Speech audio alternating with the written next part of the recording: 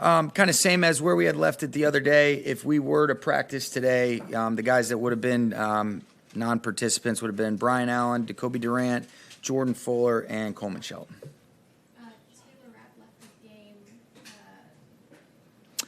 He had a little bit of a rib issue, just working through that. I think he's going to be okay. We don't expect that to, inhibit his ability to be available for the game this week. Really just the versatility, the explosiveness, the complete player, play on the line of scrimmage, off the line of scrimmage. I think Coach Quinn does a great job of being able to kind of accentuate his skill sets, but, a playmaker in its purest form, a guy that can affect the game in a lot of different ways. And, they got a handful of guys like that on their defense. But he's special.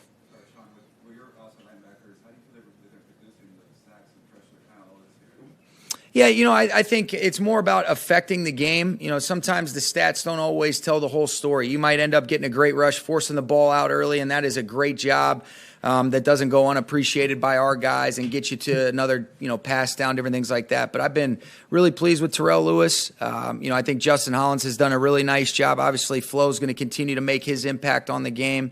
And then we'll continue to look to see, how Tack does as he gets more comfortable with us.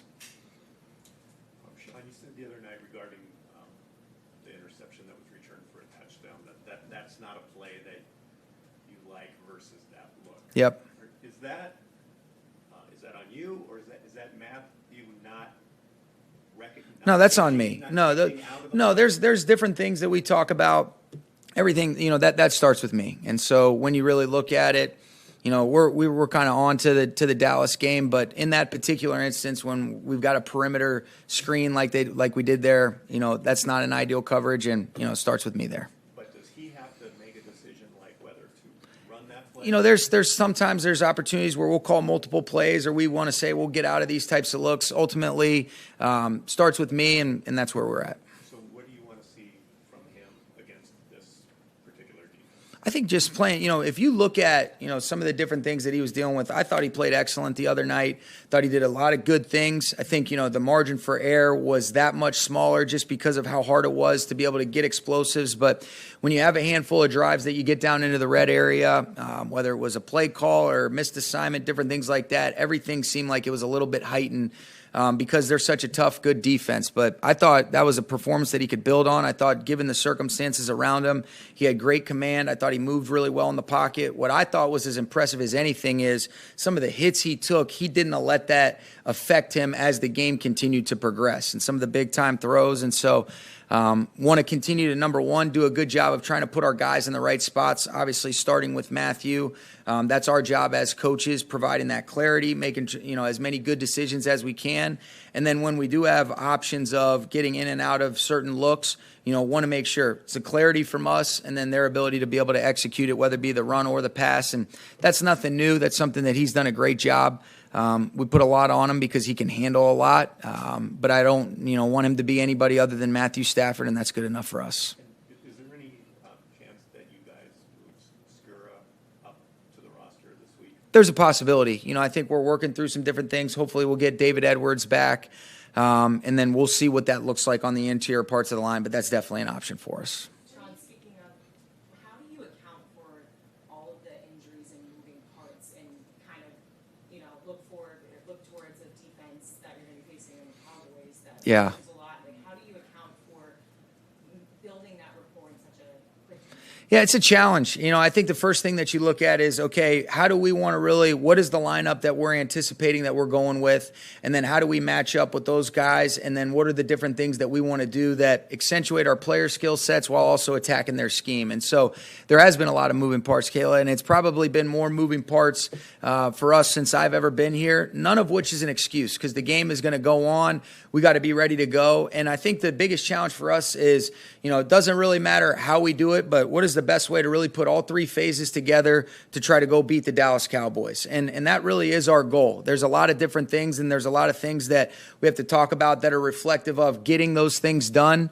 But it really is about that. And that's where I think there's a heightened, understanding of that based on some of the different things that we're working through. But it's about our offense, our defense, our special teams, and ultimately our team playing good football and what we feel like is the best ways for all three phases to come together and how we match up and how we play in that 3.5-hour window. But there's a lot of layers to it, but it always starts with the players, one, then, the opposing personnel, and then the scheme elements to it as well. On that note, how do you keep it when you have a couple of receivers active who can do multiple things? Brandon Powell getting involved, Ben Scarrett over the last couple of weeks, Cooper obviously. Sure. How do you keep those guys available to help, not just chipping or blocking, but some of the motion, those types of things? How do you keep those guys available to help combat pressure that you're getting while also keeping them eligible as passers? Yeah, it's a challenge. I think you have to make a decision. Sometimes you can influence and affect the rush based on some of the things that you mentioned, Jordan, but I think it's picking and choosing your spots. Knowing where some of those matchups that are challenging based on, they got great players across the board, but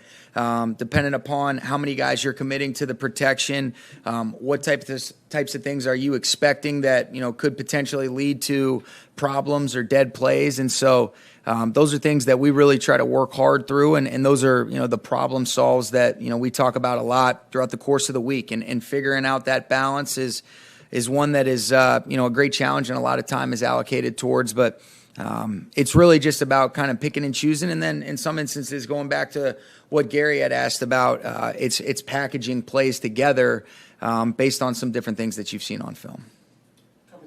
Is there anything, I know we asked you about Allen Robinson several times, but is there anything that he needs to do to become more of a active member, I guess, in terms of targets and catches in this offense? Yeah, I think, like I've said, a lot of it ends up determining, where the ball goes based on what the defense plays, and then there are certain kind of your pick-a-side plays, but I think it's just continuing. So the answer, I would say, was, a lot of it's out of his control. What we ask of all of our players is, within the framework of the receiver room, be where you're supposed to be, when you're supposed to be there, be able to create separation, and do those types of things. But sometimes when you're at that outside location, you're seeing a lot of different coverages that can basically take you out of it. But it's really continuing to work edges, be available, and maximize the opportunities that you get, for everybody, not exclusive to Allen. Sean, short weeks are always kind of a little wonky from a coaching staff.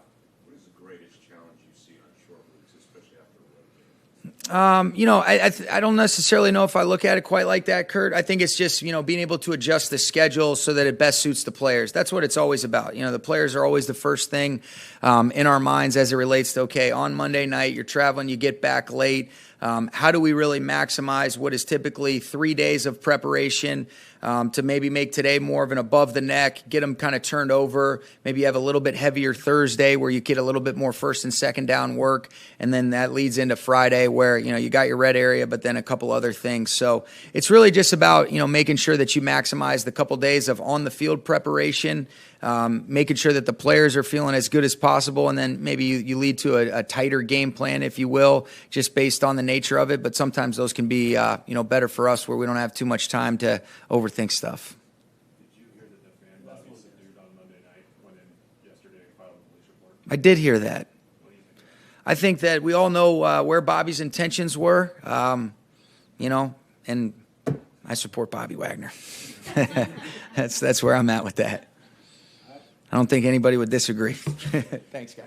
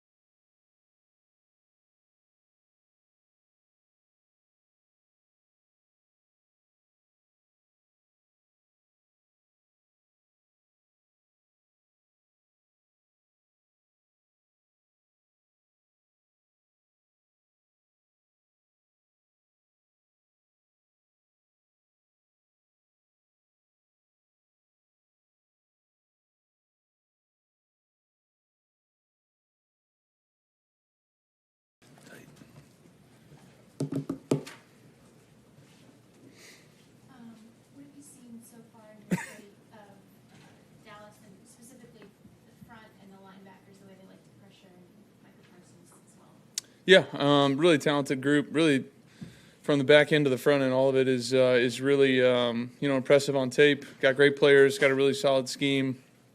Helps those players kind of accentuate what they do well.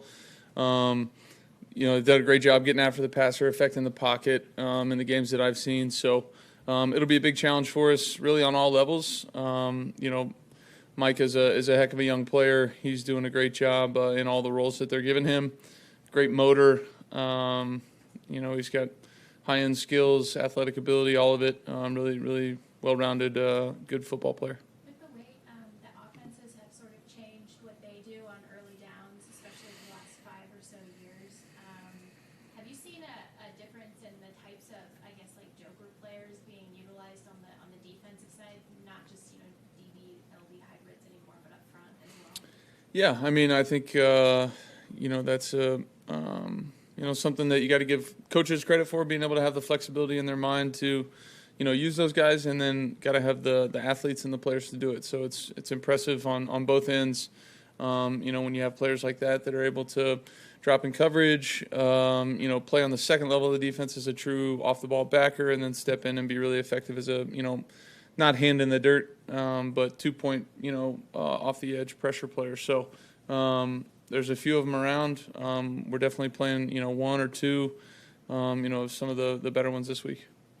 How would you, through roughly a quarter of the season, how would you kind of assess how you played, and what do you think you need to do better as you go forward? Yeah, I mean, name of the game for the quarterback is helping the team get in the end zone. We haven't done that enough, and I can do a better job of that, whether that's, executing a little bit better in the red zone or being a little bit more explosive. I'm not going to get into, full evals. I'm not in that mode right now. I'm in I'm on a short week trying to figure out the Dallas Cowboys at the moment. So that's kind of where my focus is, but definitely can be better. Try to, get us in the end zone a little bit more. Matthew, how do you keep Allen Robinson patient and let him know the ball's coming his way eventually? Yeah, I mean, I think, he's a really talented player, a guy that, I can do a better job of trying to find him and get balls to him earlier. I think, whatever the coverage dictates is where I try to throw the football. I think there are some opportunities in games where I can give him shots. Just missed on a few this past week, down there in the red zone, had the fade ball just missed. And I think that's part of being a professional too. And I'm lucky to be around him in that aspect, that he is that way. Doing a great job of just playing and play out, doing his job, and understanding those opportunities will come. When it comes to a short week, is it more challenging physically, mentally, sleep? What do you find the biggest challenge? All of it, it's tough. I would say physically, the short weeks become more challenging the more years you play. That's a little bit tougher. And the mental aspect probably gets a little bit easier just because you've seen a lot of football and gone against players and teams and coordinators and all that kind of stuff. You have some Rolodex of what it might look like before you turn the tape on. Sleep's definitely a portion of it as well. But it's part of our job. We're used to it. You play in this league long enough, you're going to play a Sunday and a Thursday, or a Monday night and a Sunday, whatever it is, and you kind of figure it out. And we also trust our coaching staff and our medical staff, and Reggie and all those guys are going to do everything they can to try to get us, mentally as ready to go as we possibly can, while also being, physically ready to go. How do you mentally and physically adjust to all the O-line changes and injuries? And is there anything that you're doing maybe this week, meeting up with these guys and just getting on the same page and building that kind of chemistry quickly? Yeah, I mean, I think it's two-part. It's my communication with those guys, and then really more importantly, probably anything, is their communication within each other, within the group. It's such a huge part of the game. Whoever we have out there, this week to start the game may not be the same group that finishes, whatever it is, just like it wasn't last week. You never know going into a game. So it's where you got to trust your preparation. Those guys trust themselves, trust all the time they spend together, the fundamentals of hitting blocks and going out there and playing. And, for me, I trust those guys. They're here for a reason, right? Those guys are on our team for a reason. They have the ability to go out there and execute the offense that we run, and they did a good job the other night of stepping in. And it's a difficult environment against a really good front, and those guys came in and played well. Just a couple more. You mentioned that you had never had any reps at all, really, with Jeremiah. Yeah. If he is your guy this week, short week, sure, but your first week really. Yeah. Working with him on the level that the quarterback center normally works together. What is that like from the conversations and the meetings to like repping out on the field? Yeah, the physical aspect of, taking snaps and all that kind of stuff, feel comfortable with. Obviously, played a majority of a football game with him. I think the biggest thing would be, communication. When he came in the other night, I told him, hey, I'm going to be in your ear all night. Don't worry. You just go out there and play, and I'll get us going in the right direction, doing all that kind of stuff. So, that probably, is something that I can do to try to help him go out there and just play as fast as he possibly can. And it's something that I'm more than comfortable doing. And I think it'll probably just be him hearing my voice and being able to relay that message down the line. Can you expand on that when you say you're in his ear all night? Yeah, just trying to make his job as easy as possible, right? I mean, he doesn't get the reps at a lot of these looks that we may get in practice. So if I'm recognizing something, I'm sending him to where I think we need to go up front and trying to get it all orchestrated as best I possibly can for him. And to be honest with you, he did an outstanding job of, as I'm saying it, he's saying it, thinking it, whatever it is, we're on the same page the majority of the night. So that was good. Yeah, you kind of went where I was going to ask you about with the noise from Monday as well, because you could kind of see guys turning back because you're the one making the calls in that sort of sudden change situation there. So in terms of that verbal, nonverbal stuff, instead of those guys on the outsides hearing it from the guy right next to them, what's it like navigating hearing it from you and then making sure that is maybe more seamless? Yeah, I mean, I think that's something that they're probably used to. They're probably used to hearing my voice a decent amount as well. Whether it was Brian or Coleman or whoever's in there, I'm always still talking. But I do think that those reps that those guys will get, that group that's going to play for us, on Sunday, that group, the reps they get out there at practice and then walk through are really valuable, and they can, work on that communication, in those instances. After a rough, opener with 7 sacks, the line did pretty good. Well, everyone, I guess, did a pretty good Yeah. job. Only 1 sack in each of the last ones. But then 7 more sacks the other night. How do you navigate through that kind of situation on the field and now in the aftermath, getting ready for another game? How do you do physically in terms of coming back from that? Yeah, no, I feel pretty good. Every NFL game kind of presents its own challenge when it comes to bumps and bruises. When you come out of it, you never know how it's going to shake out. There's games where I feel like I never get touched, and one thing kind of rolls you up and hurts you, and other games where you get hit, more often, and you feel decent coming out of it. I feel good. As far as navigating that physically, just do everything I can to try to get myself back and ready to go, and then find ways to look at the film as objectively as I possibly can and say, okay, can I get the ball out quicker here? Can we do this? Can I get us out of this player, that player, whatever it is? So, I look internally more than anything, know that those guys up front are freaking fighting and doing everything they can to keep the guys off me. Appreciate it.